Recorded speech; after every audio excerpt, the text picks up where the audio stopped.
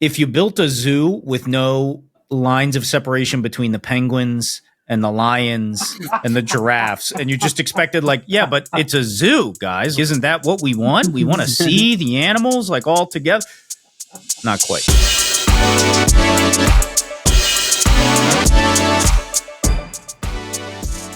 Oh, look at this guy. What's up, lifers, and welcome to the Daily Standup with lifetime value, where we're giving you fresh new customer success ideas every single day. I'm so glad you guys do not behave like churlish little munchkins when we have other people on this show. It's just us today. Rob, can you please say hi? What's going on? JP, can you please say hi? Insubordinate and churlish. And I am your host. My name is Dylan Young. Rob, you said you wanted to bring something to the table today. Is that right? Yeah. Interesting situation. Turkey. Turkey. No turkey. But we will talk turkey. When it comes to talking turkey, one of the things I think about is comp. And a question came up from a CEO at a startup this week. He asked me, how should I be thinking about variable comp for my head of customer success? And I was like, well, typically I would recommend basing it on NRR. And given your model, I think NRR is the right metric. He was like, I actually want to base it on company milestones, broad company milestones. Like, are we hitting our overall growth goals, our overall revenue milestones? And I was like, dude, I don't know about that. Yeah. I was like, this isn't GE, brother.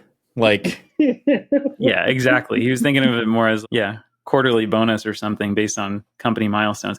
The reason I pushed back was I was like, I see what you're trying to do here, right? You're thinking that you'll incentivize all these extraneous behaviors that a CS person can be doing, like getting referrals, because that helps top line revenue growth, and other behaviors like maybe helping product with where product is stuck, or even engineering or whatever. So I see what you're going for here, but it's a recipe for disaster in my mind, because you're just asking this person to, number one, get stretched way outside of their core domain of responsibility. But number two, you're asking them to do things that are outside of their locus of control, and you're paying them based on things that are outside of their locus of control. Mm-hmm.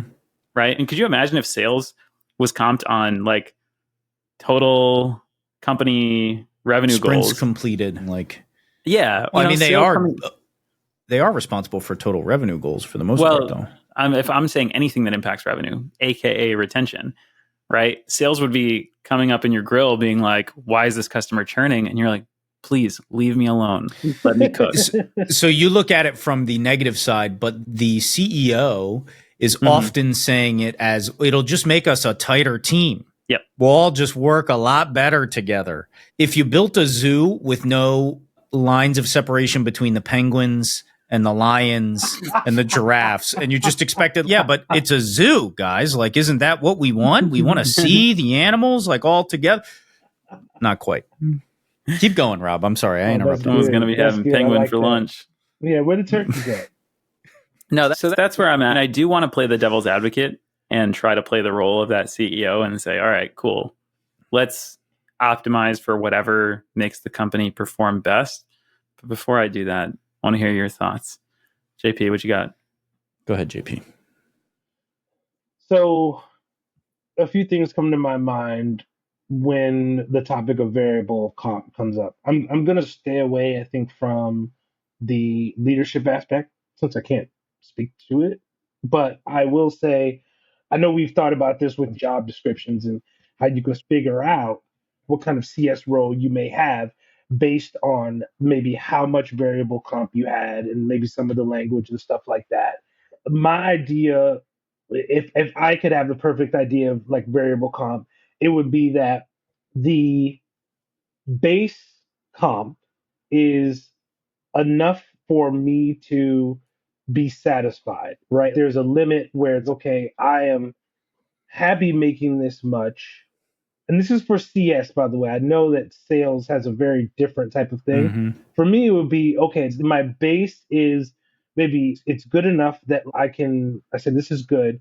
Maybe this is going to sound wild, but maybe even slightly under, depending on the role of what I think should be good. Because what I'm thinking about is if I have a base where I'm like, oh, this is good enough, and I'm not a necessarily hugely incentive driven person, although I know that we want to keep our jobs and so forth. I'm thinking maybe from a company standpoint, you may want to have it be like slightly under whatever that is, and then have this variable where it is not so wild of a swing. Please, this is an exercise. Let's say that you're getting offered 70K as a base, and then you're getting offered 30K as compensation, so that you variable compensation, excuse me, so that you have a potential to make about 100K. To me, that is a good range. Let's just say that's a good range where I'm saying, okay, like that's not a crazy thing where it's we're going to give you 70K base, but you could potentially make like 200,000. Then I begin to get some red flags. But I guess the other part of this is what you're saying, Rob, is the what is it tied to? And so I think that like that 30K would be like acceptable for variable comp. What is it tied to? I'm not quite sure like what direction that can go. I do know I don't want it to be milestones, but Dylan, have you set up or have you had input on variable comp at your previous roles? Yeah, I actually just had this conversation earlier today. And it was basically like, how do you think about variable comp and the comp structure? Even though this wasn't my topic, I talked about this earlier today. And there's so many factors that go into it. Number one, and the point of any bonus is to incentivize people to do a certain activity. When you make it so many degrees removed that it is just overall company performance, it can actually disincentivize because people have no clue how to actually contribute.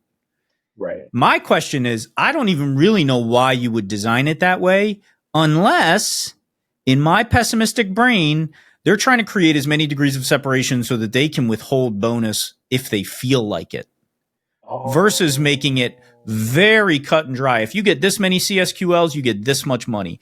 If you get this level of NRR, you get this much money. If you retain this many customers, you get this much money. Now, all of those are more of a bonus structure because they're just the way you should be performing. There's like average and then there's exceeds expectations sort of stuff. Right. Where variable gets funny for CS is how responsible and capable are you of creating additional revenue off of your customers? When this comes into play, I no longer think it should be a bonus because that is a quota. When in fact, what you should be incentivizing is essentially uncapped income in the form of commission for your CS folks. Then your whole split, 80, 20, 70, 30, that goes out the door. Because you do have the potential to make $200,000 in commission with a $70,000 base, which is, by the way, exactly how sales is incentivized. It's typically right below what a salesperson will be comfortable with because they got to keep them hungry. You can't pay them enough for them to sit and eat bonbons. You've got to pay them just as little or just less enough so that they're motivated to go and continue to do activity, sales activity. My bad, y'all. With customer success, it's always going to be, it isn't actually unlimited because you can only operate within your book of business. But you can start to do some math to understand, okay, well, in any given month or quarter, and based on our historicals, they have the ability to really sell this much if they knock it out of the park. And that's where you can start to figure out your OTE and create a range. But I think this all goes back to what are you actually trying to incentivize? Does your CS team even have stuff to sell, or are they just retaining? Well, then they probably don't need a commission, and their overall variable split is going to be smaller than if they've got the potential to sell a bunch of other stuff. And what I said to the guy this morning was, and be ready, if you make that variable component outsized, then you better hope that they don't have to ever answer a support ticket because they never will. They're going to chase the money all day. So there's this idea of incentives and what has to be sacrificed in order for those incentives to be achieved. that's my spiel. Rob, you said you had more to offer here, so you don't have to respond to what I said if you wanted to play devil's advocate. No, I love what you said. I'll just add one thing. I won't play devil's advocate, but I'll just add to add one thing. Like, for anybody out there building these comp plans, please just try to keep it real simple. Because if somebody has to pull up a spreadsheet to figure out what their comp is going to be, that inhibits their ability to use the right behaviors when in the moment on a call. The right comp structure will be so simple that a CSM live on a call will know to do the right thing that can trigger their payment without having to pull up a spreadsheet and be like, could you hold on, Mr. Customer? I just got to go check. I figure out what's going to pay me more if I sell you this thing or that thing, or if I get a high NPS score, so I'm not going to rock the boat right now. Yeah, exactly. Yeah, that's a good point. Yeah, and I often think about this because I know for me, in my history, once something's been introduced, if I don't quite understand it too, then that leads to some friction. So to your point, Rob, I think that once something is explained to me and I get an opportunity to do it and see it in real time, it doesn't feel so phony baloney. Because, like, Dylan, to your point, you brought up something that was like, yikes. But when someone has this vague language around the variable comp and we want to do so we can give it to you when we want and not when we don't, I think that is unfortunately reality for a lot of people. I will just say, this CEO, he likes paying his people. So I know it's not that, but it does make you question in other situations. And in the other scenario, it's a little bit more of, if it's laziness or doofiness, is they don't want to track a bunch of individual components. So they just want to look at the top line because that's all they care about. That's all their investors care about. It's just easier to do it that way. But it's not the way to encourage the best behavior. The last thing I'll say related to that is I will typically, if I'm introducing a comp structure, or maybe it's just like a competition for a quarter or 2 quarters, I will usually explain what is rewarded based on certain activities. And then I will just strip away even the rewards. And I'm like, that's because we want you to do this thing. The point is we are trying to drive this behavior.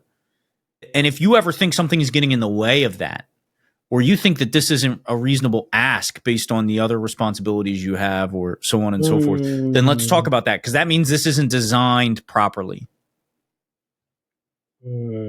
Just be very upfront about it. Because it doesn't have to be a dance of, if you do this slightly ambiguous thing, you get paid. Just tell them straight up, put leads in the funnel, bro, and I will pay you. And the lead has to walk and talk and look like this, but I will pay you if it looks like that. Tell me what you need to do that. That's so well said. I love that. Yeah. All right, boys. That's our time. Love you all. Bye-bye. You've been listening to the Daily Standup by Lifetime Value. Please note that the views expressed in these conversations are attributed only to those individuals on this recording and do not necessarily reflect the views and opinions of their respective employers. For all inquiries, please reach out via email to dylan@lifetimevaluemedia.com. Find us on YouTube at Lifetime Value, and find us on the socials at Lifetime Value Media. Until next time.